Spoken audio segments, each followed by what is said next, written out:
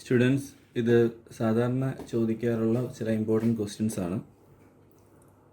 ആദ്യത്തെ ഒരു 3 ചാപ്റ്റേഴ്സിൽ നിന്നുള്ള 3 to 4 ചാപ്റ്റേഴ്സിൽ നിന്നുള്ള ചില കോമൺ ക്വസ്റ്റ്യൻസ്. ഇത് മാത്രം ചോദിക്കുന്നതല്ല, ഇത് കൂടാതെയും ക്വസ്റ്റ്യൻസ് വരാം. നിങ്ങൾ എപ്പോഴും പറയാറുള്ള പോലെ ടെക്സ്റ്റ് ബുക്ക് നന്നായിട്ട് വായിക്കുക. ഇത് ചില സെലക്റ്റഡ് ക്വസ്റ്റ്യൻസ് ആണ്. ഓക്കെ, സോ ഇത് നിങ്ങൾ ചെയ്യുമ്പോൾ ഒരു പേപ്പർ ഓർ പെൻ കയ്യിലെടുത്ത് വെച്ചിട്ട് എനിക്കൊപ്പം തന്നെ ഇതിൻ്റെ ആൻസേഴ്സ് എഴുതി പോവുകയാണെങ്കിൽ ഇറ്റ് വിൽ ബി ഇഫക്റ്റീവ്. പറയുന്നത് കേൾക്കാണ്ട് നിങ്ങൾ ഇതിനൊപ്പം ആൻസർ ചെയ്തിട്ട് check out whether it is correct. Okay, first question.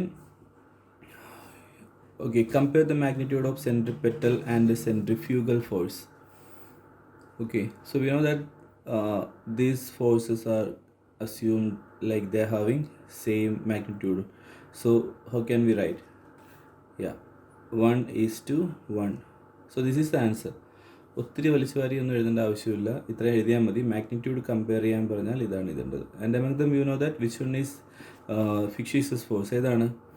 Centrifugal ആണ് ഫിക്ഷ്യസ് ഫോഴ്സ്. അതിനകത്തൊരു എഫ് ഉള്ളപ്പോൾ നിങ്ങൾക്ക് കോറിലേറ്റ് ചെയ്യാമല്ലോ, ഫിക്ഷ്യസ് സെൻട്രിഫ്യൂഗൽ. ഓക്കെ, അപ്പോൾ കമ്പയർ മാഗ്നിറ്റ്യൂഡ് എന്ന് വെച്ചാൽ they are having same magnitude, so 1:1. Okay okay, I will give you time for writing the answer. അത് കഴിഞ്ഞ് ഞാൻ പറയാം. Okay, so second one, give 2 differences between centripetal force and centrifugal force. Try to understand the question, the 2 differences between centripetal and centrifugal force. Okay, I think you know the answer. Okay, centripetal force, first of all we can mention the direction of force. In centripetal force, the direction of force is towards the center, and the centrifugal force, the force is away from the center. That is first one. 2 differences are needed. Second one, you can mention centripetal is a real force while centrifugal is a fictitious force. Okay, so these are the 2 differences that you can write. Okay, you need to write that 2 differences. Okay, then third question, is it necessary that center of gravity always be within the material? Do you know the answer? Is it necessary? So remember, whenever there is a question like is it necessary or things like that, so first of all you need to write yes or no. Here what is the answer? Is it necessary that center of gravity always be within the material? No, it is not necessary, so you need to write no. Okay, can you give an example? Okay, a circular ring. Okay, ഒരു ring എഴുതാം. Circular ring എന്ന് പറയുന്നത് അതിനൊരു എക്സാമ്പിളാണ് അല്ലേ. So 1 joule is equal to 10⁷ erg. Okay, അതിൻ്റെ ഡെറിവേഷനും കൂടി ഒന്ന് നോക്കി വെച്ചിരിക്കുക. ഡെറിവേഷനും ചോദിക്കാൻ സാധ്യതയുള്ളതാണ്. Okay, give the relation between SI unit and CGS unit of energy എന്നൊക്കെ പറഞ്ഞ് ചോദിക്കാം. Okay, define 1 joule of work. 1 joule of work define ചെയ്ത് 1 joule of work is said to be done when a force of 1 Newton displaces a body through 1 meter. Once again, 1 joule of work is said to be done when a force of 1 Newton displaces a body through 1 meter. Okay, അത് നിങ്ങൾ എഴുതുന്നു, ഇവിടെ എഴുതുന്നില്ല. So 1 horsepower is equal to dash kilowatt. ഇത് ശ്രദ്ധിക്കുക, ഇവിടെ kilo watt എന്ന് വരുമ്പോഴത്തേക്കും 746 അല്ല, എത്രയാണ്? 0.746 തന്നെ എഴുതണം. ഓക്കെ, ശ്രദ്ധിക്കണം, യൂണിറ്റ് എന്താണെന്ന് നോക്കുക. വാട്ടാണെങ്കിൽ 746 എഴുതാം. 1 watt hour is equal to 3600 joule. Watt hour, kilowatt hour, അതിൻ്റെയൊക്കെ നോക്കുക. കാലറി, ഇലക്ട്രോൺ വോൾട്ട്, ആ ഒരു പോർഷനിൽ നിന്ന് എപ്പോഴും ക്വസ്റ്റ്യൻസ് ഉണ്ടാകുന്നതാണ്, നന്നായിട്ട് നോക്കുക. ഇത് മാത്രമല്ല, അതും നോക്കണം. ഓക്കെ, ഇപ്പോൾ ഇത്രയും നോക്കുകയാണല്ലോ. Next one, how is kinetic energy of a moving cart affected if its velocity is reduced to 1/3? Okay, നമ്മൾ ഡിസ്കസ് ചെയ്തിട്ടുള്ള ടൈപ്പ് ഓഫ് ക്വസ്റ്റ്യൻ ആണ്. How can we get the answer? Okay, check out. First of all, initial one K1, give it as K1 half mv square എന്ന് കൊടുക്കുക. Okay, ഇങ്ങനെ തന്നെ ചെയ്ത് ശീലിക്കുക. Then K2 എന്ന് എഴുതുമ്പോഴത്തേക്കും അതിനുണ്ടായ change indicate ചെയ്യണം. എന്താ പറഞ്ഞിരിക്കുന്നത്? ഹാഫ്, മാസിന് വ്യത്യാസമില്ല അല്ലേ, മാസിന് വ്യത്യാസമില്ല. Velocity reduce to 1/3, m remain same, v/3 എന്ന് കൊടുക്കുക. ഇത് ശ്രദ്ധിക്കുക, ഹോൾ സ്ക്വയർ കൊടുക്കണം.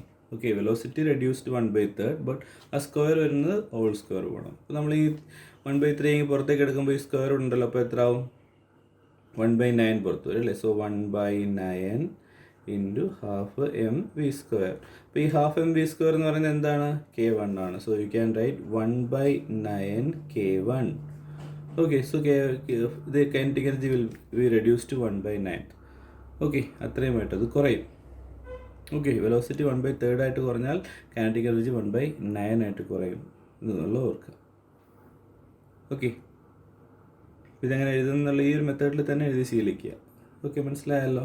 ആദ്യം K1 ഇതിൽ നിങ്ങൾ ഈ ടൈപ്പ് ക്വസ്റ്റ്യൻസ് എന്ത് വന്നാലും, കൈനറ്റിക് എനർജി റിലേറ്റഡ് എന്ത് ക്വസ്റ്റ്യൻ വന്നാലും ഒരു ക്വസ്റ്റ്യൻ എപ്പോഴും ഉറപ്പാണ്. നിങ്ങൾ ഇതുപോലെ K1 K2 എന്ന് കൊടുക്കുക. കുറച്ചുകൂടി ക്ലിയർ ആണെങ്കിൽ K1 എന്നുള്ളതിന് ഹാഫ് M1 V1 സ്ക്വയർ എന്ന് കൊടുക്കുക, K2ന് ഹാഫ് M2 V2 സ്ക്വയർ എന്ന് കൊടുക്കുക. അപ്പോൾ ഇതിനകത്ത് അൺനോൺ ആയിട്ട് വരുന്ന ഏത് ഫാക്റ്റിനെയും നിങ്ങൾക്ക് ഇതുപോലെ കണ്ടുപിടിക്കാനായിട്ട് സാധിക്കും. ഇതുപോലെ എന്തെങ്കിലും റിലേഷൻ ആയിരിക്കും വരിക. Okay, velocity acquired by a bob of a simple pendulum V is equal to √2gh. ഓർത്തോണ equation velocity is equal to √2gh. നമ്മൾ ഡിസ്കസ് ചെയ്തിട്ടുള്ളതാണ്. Okay, all these are actually very important questions. എല്ലാം നോക്കുക. Velocity ratio of a single fixed pulley. Single fixed പുള്ളിയുടെ velocity ratio എന്ന് വെച്ച് കഴിഞ്ഞാൽ അത് ചേഞ്ച് ഇൻ ഡയറക്ഷൻ മാത്രം യൂസ് ചെയ്യുന്നതാണ്. സിംഗിൾ ഫിക്സ്ഡ് പുള്ളി എങ്ങനെ ഇരിക്കുന്നത്? അത് ഫിക്സ്ഡ് ആണ്, റൈറ്റ്. രണ്ട് എൻഡിലേക്കും അതിൻ്റെ സ്റ്റാൻഡ് വരുന്നു. ഓക്കെ, ഒന്നിൽ ലോഡ് ഉണ്ടാവും അല്ലേ, ഒന്നിൽ എഫേർട്ട് ഉണ്ടാവും. ഓക്കെ, ടി ആൻഡ് ടി രണ്ടിലും സെയിം ടെൻഷൻ വരുന്നു. ഇവിടെ ഉണ്ടാവുന്ന വെലോസിറ്റി, ഇതിൻ്റെ വെലോസിറ്റി റേഷ്യോ എന്ന് പറയുന്നത് ഇറ്റ് വിൽ ബി 1. ഓക്കെ, 1 വന്നാൽ എന്താണ്? To change the direction of effort അല്ലേ, അതിൻ്റെ ഫംഗ്ഷൻ വരുന്നത്. നന്നായിട്ട് വായിച്ചു നോക്കുക. സിംഗിൾ ഫിക്സ്ഡ് പുള്ളിയാണെങ്കിൽ 1. നൗ സെക്കൻഡ് വൺ, ഈ കൊടുത്തിരിക്കുന്ന പുള്ളി സിസ്റ്റം ഏതാണ്? I think it is visible. Okay, see, ഇത് സിംഗിൾ മൂവബിൾ പുള്ളിയാണ്, ഇത് ഫിക്സ്ഡ് അല്ല. Even if we connect one more single fixed pulley with it, okay, there won't be any change in its properties. ഒരെണ്ണം കൂടി കൊടുത്തു എന്നും പറഞ്ഞാൽ ഒരു ചേഞ്ചും വരില്ല. സിംഗിൾ മൂവബിൾ എന്തൊക്കെയാണോ പ്രോപ്പർട്ടീസ് ഉള്ളത് അതൊക്കെ തന്നെ ഇവിടെ കൊടുക്കാം. ഓക്കെ, സിംഗിൾ മൂവബിളിൻ്റെ വെലോസിറ്റി റേഷ്യോ, അതിൻ്റെ DL തുടങ്ങിയ കാര്യങ്ങളൊക്കെ ഉണ്ടാകുന്ന പ്രോപ്പർട്ടീസ് ഇവിടെ ഒരു ഫിക്സ്ഡ് കൊടുത്തു എന്ന് കരുതി അത് മാറത്തില്ല എന്ന് ഓർക്കുക. Okay, so very common question. അതിനകത്ത് ചോദിക്കാൻ പോസിബിലിറ്റിയുള്ള എല്ലാ ക്വസ്റ്റ്യൻസും ഞാൻ ഇവിടെ കൊടുത്തിട്ടുണ്ട്. നോക്കുക. Mark tension in stands. എങ്ങനെയാണ് എല്ലാ സ്റ്റാൻഡ്സിലും ടെൻഷൻ മാർക്ക് ചെയ്യുന്നത്? ടെൻഷൻ എന്ന് പറയുന്നത് എല്ലാ സ്റ്റാൻഡിലും അപ്വേർഡ് ഡയറക്ഷനിലേ വരുള്ളൂ. മേളിലേക്ക് കൊടുക്കുക, ഇവിടെ മേളിലേക്ക് കൊടുക്കുക, ഇവിടെ മേളിലേക്ക് കൊടുക്കുക. എല്ലാ സ്റ്റാൻഡിലും ഏത് പുള്ളി സിസ്റ്റം ആണെങ്കിലും ടെൻഷൻ മാർക്ക് ചെയ്യാൻ പറഞ്ഞാൽ താഴേക്ക് വരില്ല. ഓക്കെ, എപ്പോഴും മേളിലേക്കേ ഉണ്ടാവുള്ളൂ. ഇനി മറ്റൊരു കാര്യം, ഇതെല്ലാം തന്നെ ഒരേ ടെൻഷനാണ്. T1 T2 T3 അല്ല, എല്ലാം T എന്ന് തന്നെ മാർക്ക് ചെയ്യാൻ പാടുള്ളൂ. Okay, then what is the velocity ratio of this പുള്ളി? സിംഗിൾ മൂവബിളിൻ്റെ വെലോസിറ്റി റേഷ്യോ എന്ന് പറയുന്നത് എത്രയാണ്? അത് 2 ആണ് അല്ലേ. അപ്പോൾ ഇവിടെയും അത് 2 തന്നെയാണ്. ഒരു ഫിക്സ്ഡ് ആഡ് ചെയ്തൊന്നും പറഞ്ഞാൽ മാറ്റമൊന്നും വരില്ല. സിംഗിൾ മൂവബിൾ വിത്ത് ഫിക്സ്ഡിൻ്റെയും വെലോസിറ്റി റേഷ്യോ 2 തന്നെയാണെന്ന് ഓർക്കുക. ഇത് വളരെ കോമൺ ക്വസ്റ്റ്യൻസ് ആണ്. Give relation between E and T. നിങ്ങൾക്ക് എല്ലാവർക്കും അറിയായിരിക്കും, സർ ഒത്തിരി തവണ പറഞ്ഞിട്ടുള്ളതാണ്. ഈ ഒരു സ്റ്റാൻഡ് എടുത്ത് നിങ്ങൾ കൺസിഡർ ചെയ്താൽ മതി. ഓക്കെ, ഈ കാണുന്ന ഫോഴ്സിന് സെയിം ആയിരിക്കും അവിടെ ഉണ്ടാകുന്ന T എന്ന് പറയുന്നത്. So you can easily understand E will be equal to T. E is equal to T. അത് ഏത് പുള്ളി സിസ്റ്റം ആണെന്നുണ്ടെങ്കിലും ഇയും ടിയും തമ്മിലുള്ള റിലേഷൻ ചോദിച്ചാൽ you can simply write E is equal to T. അത് തെറ്റിക്കരുത്. E is equal to T. What is the use of pulley B? എന്തിനാണ് പുള്ളി B കൊടുത്തിരിക്കുന്നത്? To change the direction of effort. Okay, അത് മാത്രം എഴുതിയാൽ മതി. To change direction of effort. മറ്റൊരു പ്രത്യേകതയില്ല. Direction of effort change direction മാത്രം മാറ്റാനാണ്. ഡയറക്ഷൻ ഓഫ് എഫേർട്ട്, അതാണ് അതിൻ്റെ എഴുതേണ്ട ആൻസർ. അത് മാത്രം എഴുതിയാൽ മതി. ഇനി ഇതിൽ വീണ്ടും ചോദിക്കാൻ സാധ്യതയുള്ള ഒരു ക്വസ്റ്റ്യൻ സിംഗിൾ മൂവബിളിന് മാത്രമായിട്ട് നിങ്ങൾക്ക് ശ്രദ്ധിക്കാൻ സാധിച്ചേക്കും. സിംഗിൾ മൂവബിളിൽ E എന്ന് പറയുന്ന എൻ്റെ എക്സ് മൂവ് ചെയ്താൽ ലോഡ് എത്ര മൂവ് ചെയ്യും? വളരെ ഇമ്പോർട്ടൻറ്റ് ക്വസ്റ്റ്യൻ ആണ്, ഒത്തിരി ചോദിച്ചിട്ടുള്ള ക്വസ്റ്റ്യൻ ആണ്. സിംഗിൾ മൂവബിൾ പുള്ളിയിൽ എഫേർട്ട് എക്സ് ഡിസ്റ്റൻസ് മൂവ് ചെയ്താൽ what will be the distance moved by load? നിങ്ങൾക്ക് ഒത്തിരി പേർക്ക് എൻ്റെ ആൻസർ ആയിരിക്കും അത് x/2 ആണെന്ന് കാണാൻ പഠിച്ചിട്ടുണ്ടാവും. ഇനിയിപ്പോൾ അത് അങ്ങനെയല്ല, തെറ്റിപ്പോകുന്നുണ്ട്, ഓർക്കുന്നില്ലെങ്കിൽ കണ്ടുപിടിക്കാൻ എളുപ്പമാണ്. നമുക്ക് എന്ത് കണ്ടുപിടിക്കാം? വെലോസിറ്റി റേഷ്യോയുടെ ഇക്വേഷൻ എടുത്താൽ മതി. ഇതിൻ്റെ വെലോസിറ്റി റേഷ്യോ എത്രയാണ്? ഇതിൻ്റെ വെലോസിറ്റി റേഷ്യോ 2 ആണ് അല്ലേ. വെലോസിറ്റി റേഷ്യോയുടെ ഇക്വേഷൻ പറഞ്ഞാൽ DE/dl അല്ലേ. സബ്സ്റ്റിറ്റ്യൂട്ട് ചെയ്ത് നോക്കിക്കേ. ഇവിടെ അവർ തന്നിരിക്കുന്നത് എന്താണ്? If the free end move by a distance x, അപ്പോൾ എൻഡ് മൂവ് ചെയ്തെന്ന് വെച്ചാൽ എന്താണ്? ഇത് ഈ കക്ഷി അല്ലേ. So 2 is equal to x/dl or dl is equal to x/2. മനസ്സിലാവുന്നുണ്ടോ? ഞാനിപ്പോൾ എഴുതിയ കാര്യം എന്താണെന്ന് നോക്കിക്കേ. നമുക്ക് അഥവാ ഈ കാണുന്ന ക്വസ്റ്റിൻ്റെ ആൻസർ ബൈ ഹെർട്ട് ചെയ്ത് വെക്കുന്നതിനേക്കാളും എളുപ്പം ഇതാണ്, ഓർത്തിരിക്കാൻ പറ്റും. ഈ പുള്ളി സിസ്റ്റത്തിൻ്റെ ടോട്ടൽ വെലോസിറ്റി റേഷ്യോ 2 ആണ് അല്ലേ. സോ വെലോസിറ്റി റേഷ്യോയുടെ ഇക്വേഷൻ നോക്കുക, d/dl അല്ലേ. അതിനകത്ത് ഡി ആണ് അവർ പറഞ്ഞിരിക്കുന്നത്, free end move by x. അപ്പോൾ ആ ഡിക്ക് പകരം എക്സ് ഇട്ട് കൊടുക്കുന്നു. സോ ഡി എൽ ആണ് എളുപ്പമല്ലേ, dl = x/2. ഓക്കെ, അത് വളരെ ഒത്തിരി തവണ ചോദിച്ചിട്ടുള്ള ക്വസ്റ്റ്യനാണ്. സാർ ഈ പറയുന്ന ക്വസ്റ്റ്യൻസ് ഒക്കെ നന്നായിട്ട് പഠിച്ചിരിക്കുക, കാരണം ഇതെല്ലാം പ്രീവിയസ് ഇയർ ക്വസ്റ്റ്യൻസ് ആണ്. Relation between angle of incidents and angle of deviation in A prism. അതൊരു വളരെ പ്രധാനപ്പെട്ട ക്വസ്റ്റ്യനാണ്. ആ ഗ്രാഫ് ഓർക്കുന്നുണ്ടാവുമല്ലോ നിങ്ങൾ, എൻ്റെ ഗ്രാഫ് I∆ ഗ്രാഫാണിത്. ഓക്കെ, ഇത് ഇൻസിഡൻസ് ആണ്, ആംഗിൾ ഓഫ് ഇൻസിഡൻസ് ഇവിടെ വരും. ഇതോ ഇവിടെ വരുന്ന ഏതാണ്, ഡീവിയേഷനാണ്. ഡീവിയേഷൻ, ആംഗിൾ ഓഫ് ഡീവിയേഷനാണ് ഈ ആക്സിസിൽ വരുന്നത് അല്ലേ. എങ്ങനെ വരയ്ക്കണം, ഒരു യു പോലെ വരയ്ക്കുക, സ്ട്രെയിറ്റ് ലൈൻ ഉണ്ടാവുക, സൂക്ഷിക്കുക, ഈ പൊസിഷൻ മാർക്ക് ചെയ്യണം. ഇതാണ് ഡെൽറ്റ മിനിമം. ഓക്കെ, ഇനി ഇതിൻ്റെ റിലേഷൻ, ആംഗിൾ ഓഫ് ഇൻസിഡൻസും ആംഗിൾ ഓഫ് ഡീവിയേഷനും തമ്മിലുള്ള റിലേഷൻ എന്താണ്, എങ്ങനെ പറയുക, നമ്മൾ ഈ ഗ്രാഫ് വെച്ചാണ് പറയാൻ പഠിച്ചത്. ഇപ്പോൾ തന്നെ ഒന്ന് പഠിച്ചിട്ടില്ലാത്തവർ, with the increase in angle of incidence, initially the angle of deviation decreases and reaches delta minimum, and on further increasing the angle of incidence, angle of deviation increases. ആ ഗ്രാഫ് നോക്കിയാൽ പറഞ്ഞാൽ മതി. എങ്ങനെ എഴുതാം, on increasing angle of incidence initially എന്തെഴുതണം, angle of deviation എന്ത് ചെയ്യുന്നു, തുടക്കത്തിൽ എന്ത് ചെയ്യുന്നത്, കുറയുന്നു, ഡിക്രീസസ്. ഓൺ ഫർദർ അല്ല, ഇവിടെ എഴുതണം, ആൻഡ് റീച്ചസ്, ഇവിടെ എത്തുന്നു ഡെൽറ്റ മിനിമം എന്ന് എഴുതിയാൽ മതി. Reaches delta minimum. ബാക്കി എന്താ എഴുതേണ്ടത്, ഇവിടെ സ്പേസ് കുറവാണ്. ഓൺ ഫർദർ ഇൻക്രീസിങ് ആരെയാണ്, ആംഗിൾ ഓഫ് ഇൻസിഡൻസ്,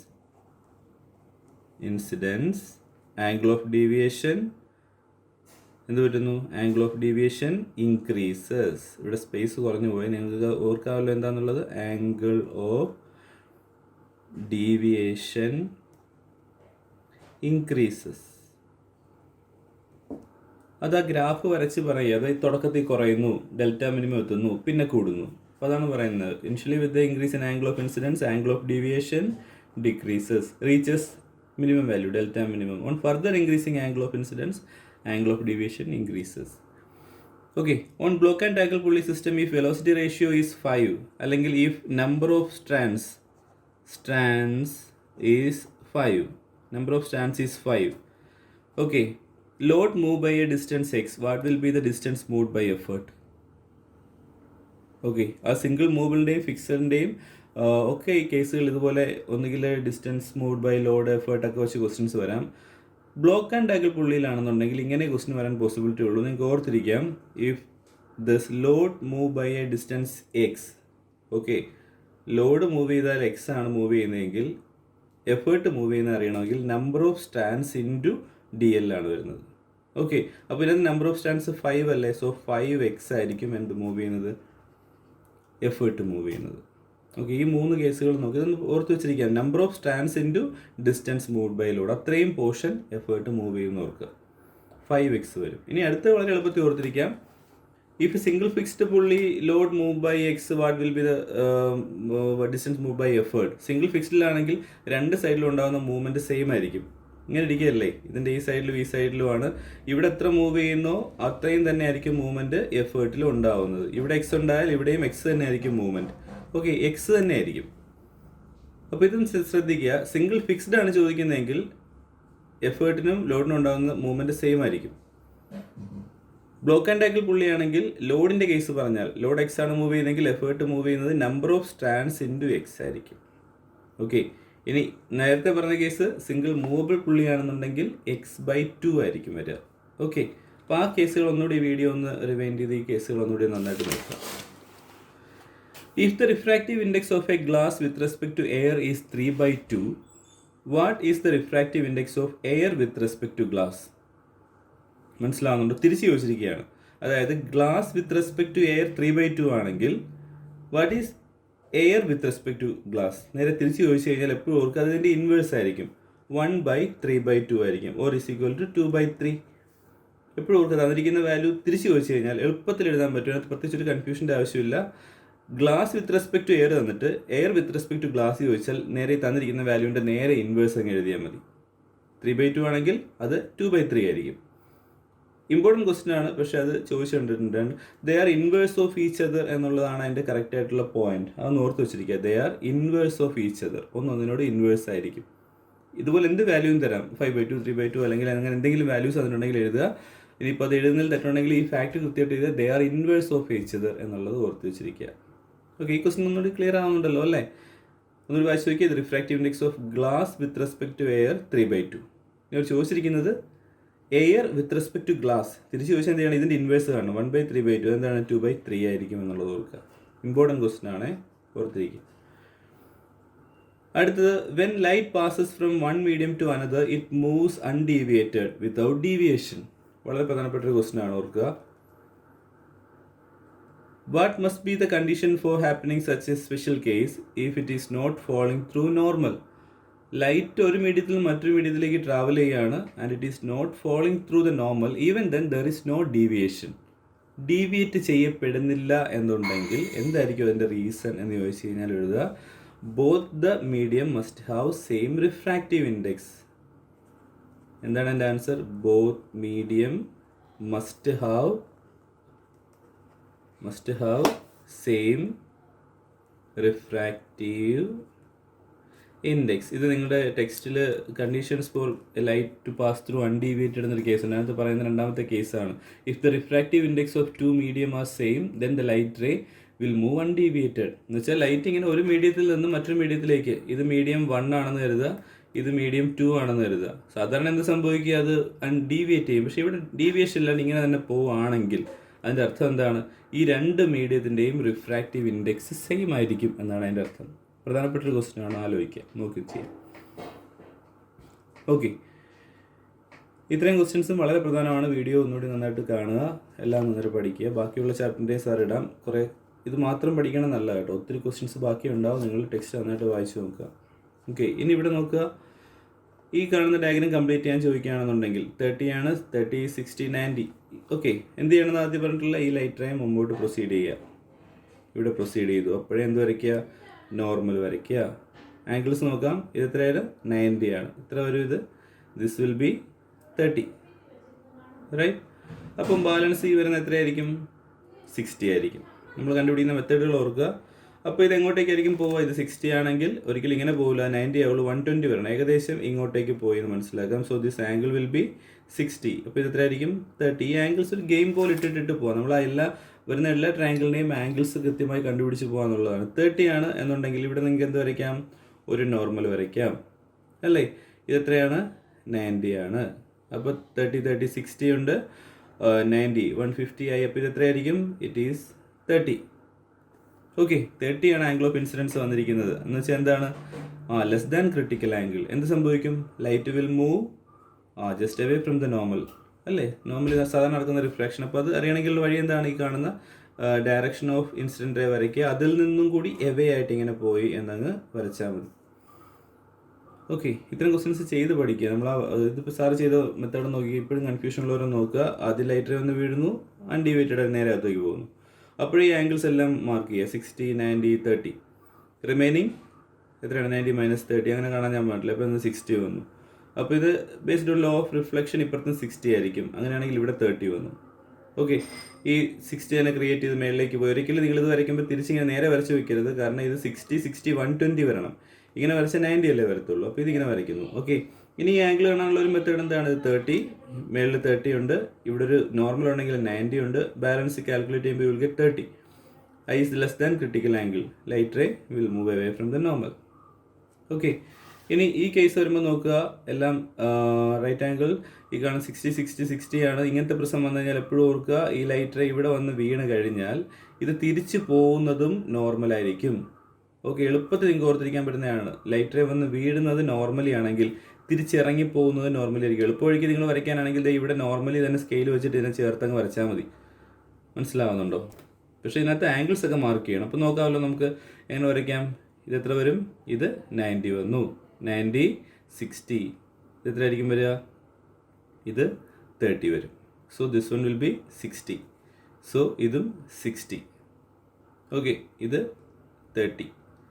ഓക്കെ, ബാക്കി ഇത് 90. അപ്പോൾ നമുക്ക് ഇതെല്ലാം കാൽക്കുലേറ്റ് എടുക്കാനായിട്ട് സാധിക്കും. അങ്ങനെയൊന്നും കാൽക്കുലേറ്റ് ചെയ്യാൻ പറ്റില്ലെങ്കിൽ ഓർക്കുക, ഇത് വന്ന് വീഴുന്നത് പെർപെൻഡിക്കുലർ ആണെങ്കിൽ തിരിച്ച് ഈ ലൈറ്റ് റേ ഈ സർഫസിൽ നിന്ന് പോകുന്നതും പെർപെൻഡിക്കുലർ ആയിട്ട് തന്നെ ആയിരിക്കും പോവുക എന്ന് ഓർക്കുക.